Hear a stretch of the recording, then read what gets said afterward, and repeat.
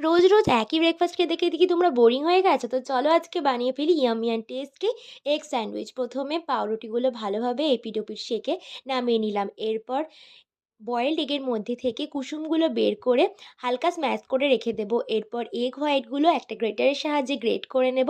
দেখো এখানে গ্রেট করা হয়ে গেছে। এরপর এর মধ্যে দিয়ে দেবো গ্রেটেড গাজর, পরিমাণ মতো মেয়োনিজ, যে যতটা মেয়োনিজ খেতে পছন্দ করো সেই অনুযায়ী দিও। এরপর দিয়ে দেবো স্বাদ অনুসারে লবণ, 1 চামচ মতো গোলমরিচের গুঁড়ো আর অল্প একটু শুকনো লঙ্কার গুঁড়ো। শুকনো লঙ্কার গুঁড়োটা অপশনাল, তোমরা দিতেও পারো নাও দিতে পারো।